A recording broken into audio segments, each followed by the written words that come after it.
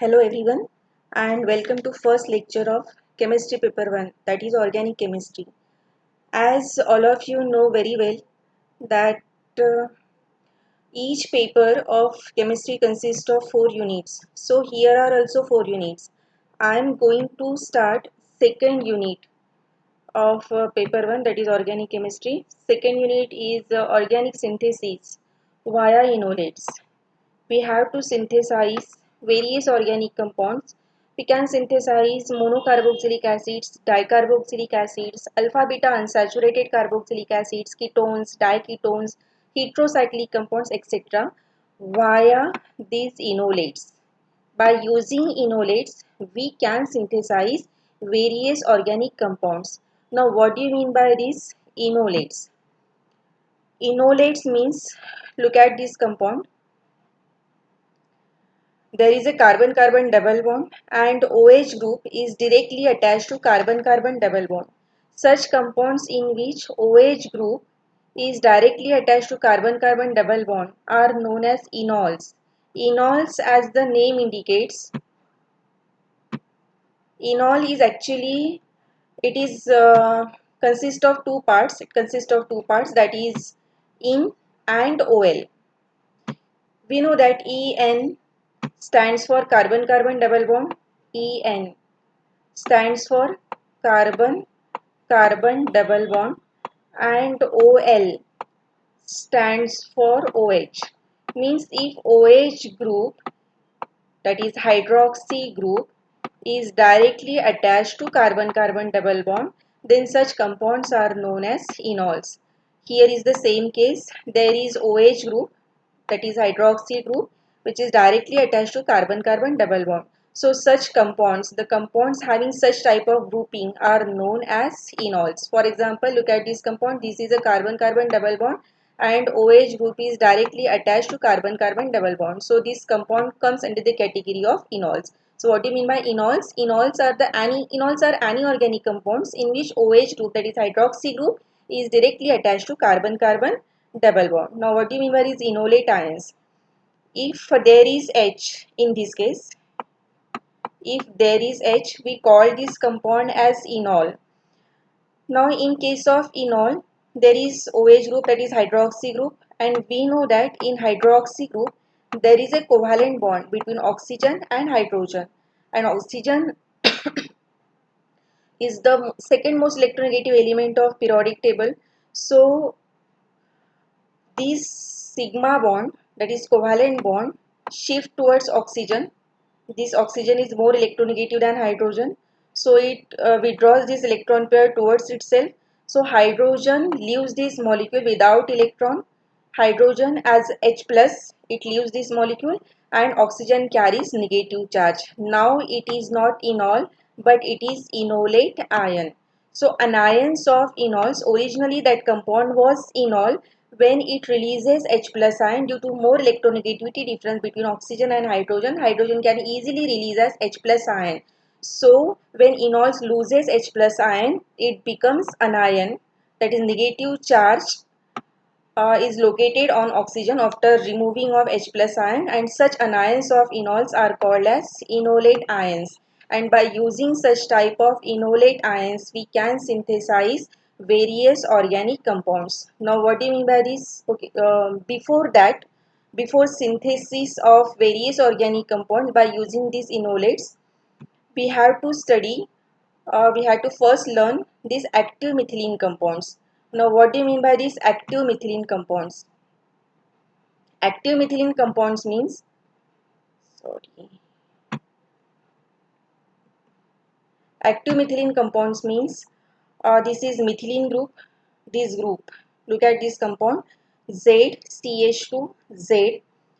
These arrows are pointing towards Z, where Z and Z dash are the electron withdrawing groups. They may be same or they may be different. We know that this is methane, CH4 is methane, it is first alkane. When we remove one hydrogen atom from methane, it becomes methyl group, and after removal of one more hydrogen, it changes to methylene group.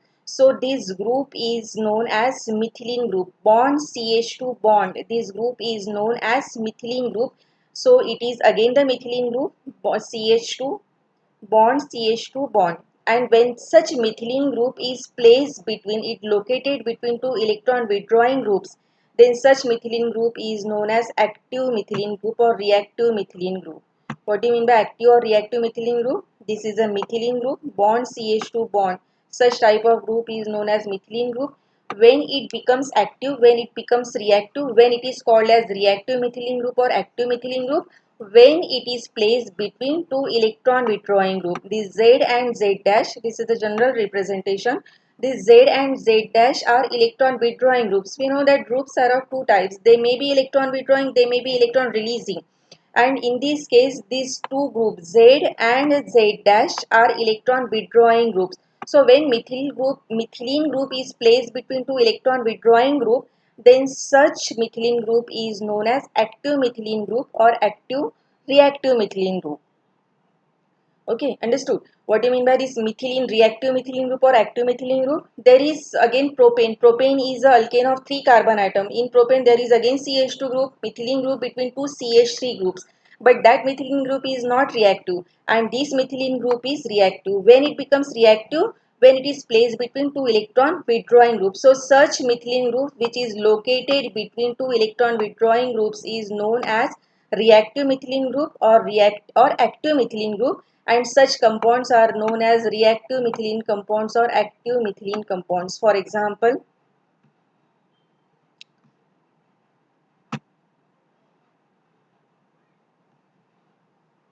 there are so many examples of reactive methylene compound.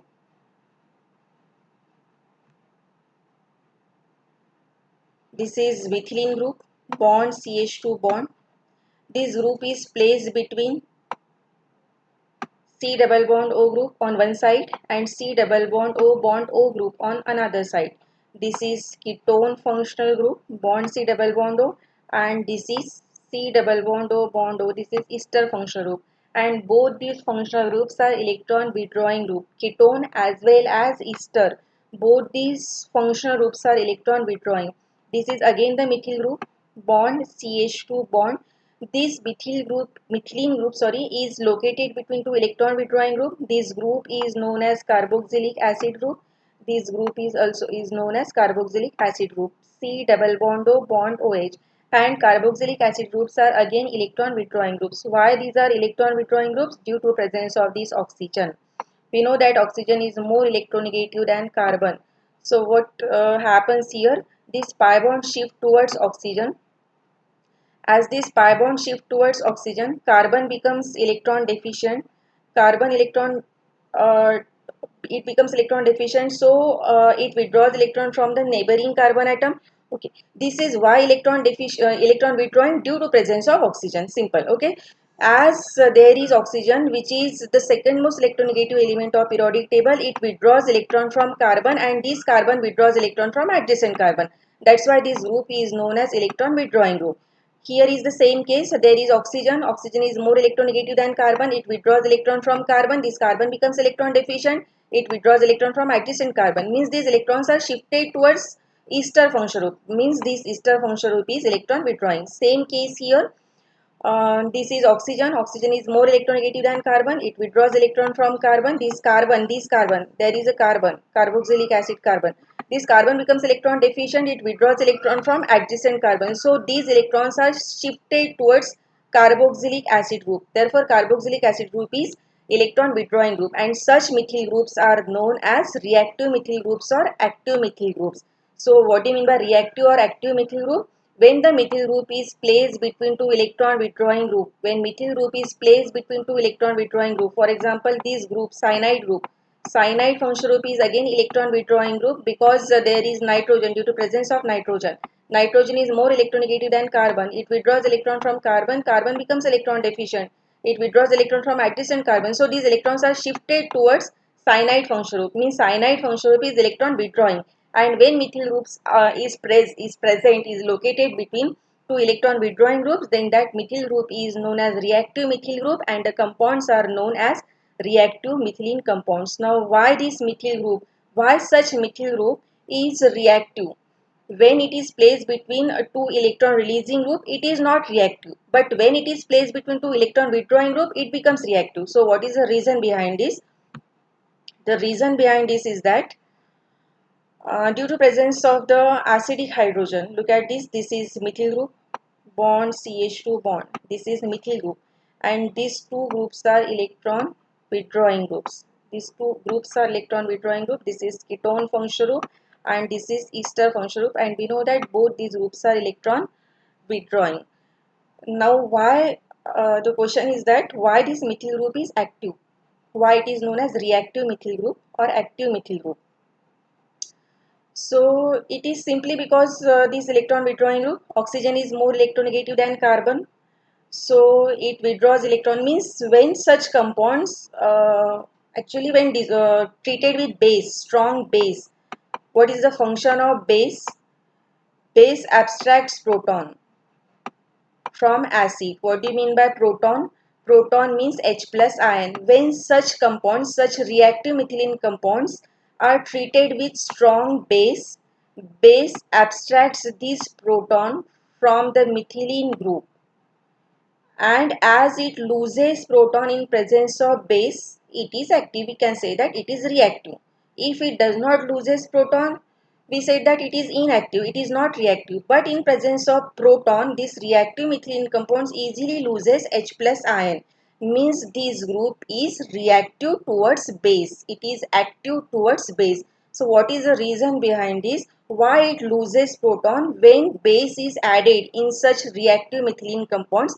It is due to two factors. Two factors are mainly responsible for this. First one is inductive effect. Inductive effect means it is just the electron displacement effect, that is displacement of sigma electrons towards more electronegative atom. This is sigma bond. When there is one covalent bond, it is obviously sigma bond. This is sigma bond. This is sigma bond. Both are sigma bonds. This is oxygen. Oxygen is more electronegative than carbon. It withdraws electron from this carbon, as we have already studied. This carbon, it becomes electron deficient, it withdraws electron from adjacent carbon, that is alpha carbon. You know very well what do you mean by that alpha carbon, that is the carbon atom adjacent to functional group is known as alpha carbon, and hydrogen atom attached to alpha carbon is known as alpha hydrogen. So this carbon is alpha carbon because it is adjacent to functional group, and this hydrogen is alpha hydrogen because it is attached to alpha carbon atom. So oxygen is more electronegative than carbon. Carbon becomes electron deficient. It withdraws electron from this adjacent carbon. Now this carbon becomes electron deficient. Now this carbon withdraws electron from hydrogen.